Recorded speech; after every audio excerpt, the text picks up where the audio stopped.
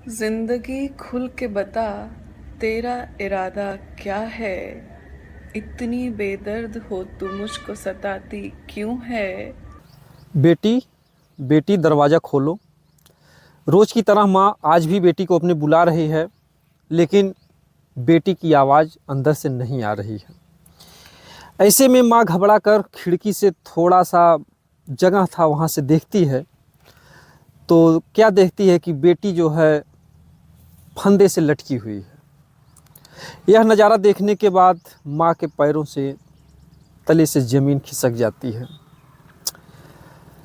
दोस्तों नमस्कार, आज हम चर्चा कर रहे हैं एक बहुत ही मशहूर अभिनेत्री, गायक, सिंगर, राइटर, यानी कि जिस्म तो एक ही था लेकिन कलाएं और गुण जो है अनेकों प्रकार के थे, मल्लिका राजपूत। जैसा कि ऐसा हो रहा आजकल हमारे समाज में, पता नहीं क्या नज़र लगी है। जो बेचारे इस लाइन में जाते हैं, अगर वो असफल हो जाते हैं उनको उसका टेंशन है, लेकिन जो सफल हो जा रहे हैं, जो भी अभिनेत्रियां या जो भी बेटियां सफल हो जा रही हैं, उनके ऊपर भी जो है काल का जो साया है मंडराने लगता है। अभी कुछ दिन पहले आकांक्षा दुबे, जो कि इतनी बड़ी मशहूर एक्टर थीं, जिन पर आरोप लगाया गया कि समर सिंह ने उन्हें मरवाया था, वो भी इस दुनिया में नहीं रहीं। अभी हाल ही में मालती चौहान, वो भी इस दुनिया से चली गई। और सबका जो सीन होता है एक ही नज़र आता है कि उनके गले में लास्ट समय में फंदा होता है। सफल होने के बाद लोगों में क्या ऐसी समस्याएं आ जाती हैं।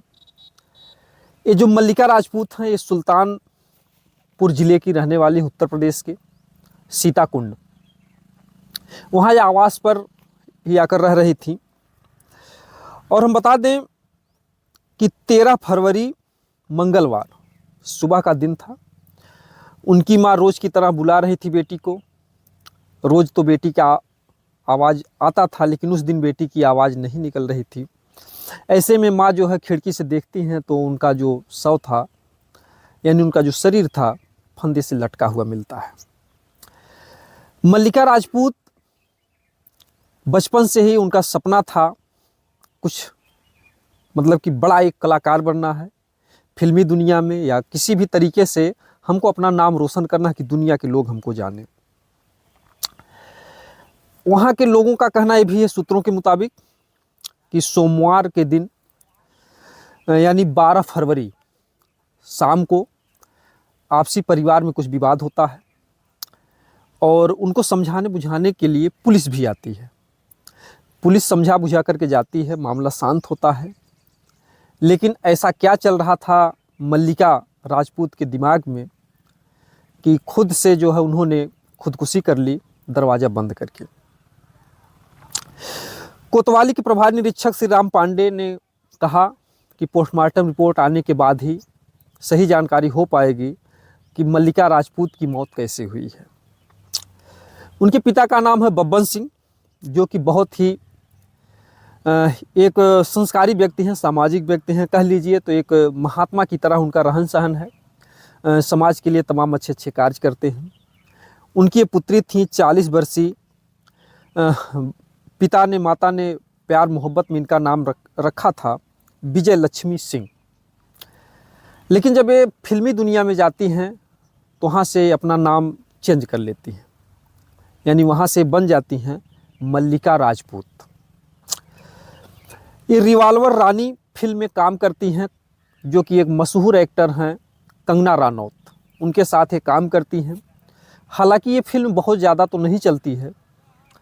इसके बाद फिर वो पुनः वहाँ से चली आती हैं और इसके बाद इनका एक गाना जो है हिट होता है, जो मशहूर गायक शान का एल्बम था यारा तुझे। इस गाने से इनको बहुत ख्याति मिलती है। इस गाने को इन्होंने स्वयं ही लिखा था और गाया भी था।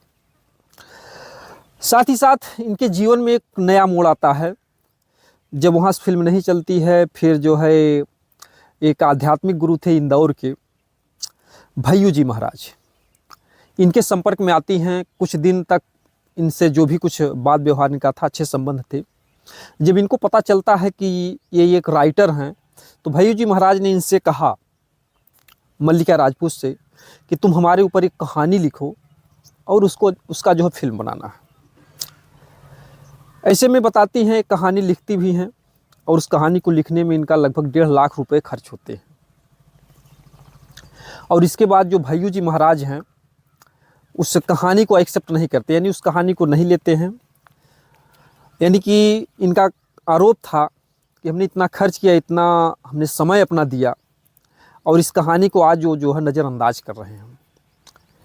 इसके बाद इनका संबंध उनसे बिगड़ गया, और उसके कुछ दिन बाद भैय्यू जी महाराज भी खुद से आत्महत्या कर लेते हैं।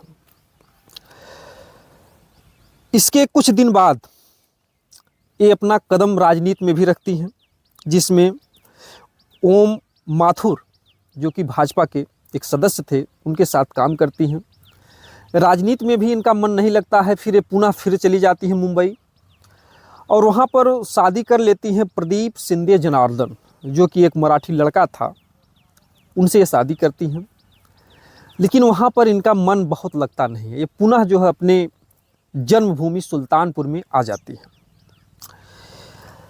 इसके बाद आए दिन घर में कुछ वाद विवाद होते रहते थे, और ये आध्यात्मवाद को अपना ली थी, और भक्ति नाम में भी इनका कुछ अलग नाम था एक, आप इनके यूट्यूब चैनल पर देख भी सकते हैं। आए दिन ऐसा क्या विवाद हुआ, ऐसी क्या इनकी मजबूरी आई, लेकिन कहीं न कहीं से अगर इनके चैनल पर आप देखेंगे जो मल्लिका राजपूत है, तो इनके जो आवाज़ है, इनके जो शॉर्ट वीडियो हैं, उसमें वो झलक पहले से दिखाई पड़ता है कि ऐ ज़िंदगी बता तेरा इरादा क्या है। इस तरीके से लगता है कि उनका जो प्लान था वो पहले से ही अपनी जीवन से ऊब चुकी थी, या पहले से उनका प्लान था कि हमको इस दुनिया को छोड़ करके जाना है।